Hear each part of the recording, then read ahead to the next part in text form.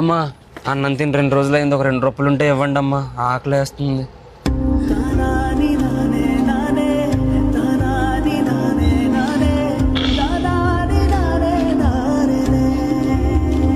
సరే, ఈ 100 రూపీస్ తీసుకొని మంచి ఫుడ్ తిను, సరేనా? బాబు ఆకలి వేస్తుంది, 2 రూపాయలు ఉంటే ఇవ్వా.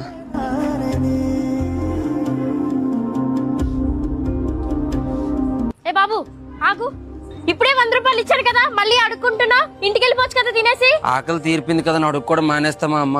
రేపు ఆకలి వేయకూడదని నా కడుపుకు తెలియదు కదా. అవును, నువ్వు చెప్పింది కూడా కరెక్టే. అవును, నేను ఇతనికి రోజు అన్నం పెట్టించగలిగితే ఇతనికి అడుక్కునే పరిస్థితే ఉండదు కదా. ఏ బాబు ఆగు, నేను నీకు రోజు అన్నం పెట్టిస్తాను, నువ్వు అడుక్కోవడం మానేస్తావా? అంతకంటే ఇంకేం కావాలమ్మా? రోజు అన్నం పెట్టిస్తే చాలు, నిజంగా అడుగు కూడా మానేస్తాను. సరే, ఒక నిమిషం ఇక్కడ కూర్చో, మళ్ళీ వస్తాను. హలో, ఏంటమ్మా, ఏంటి ప్రాబ్లం? కాల్ చేసావు? సార్ వీడి నా దగ్గర డబ్బులు దొబ్బి నన్ను పాడు చేయాలనుకున్నాడు సార్, మీరే నన్ను కాపాడాలి.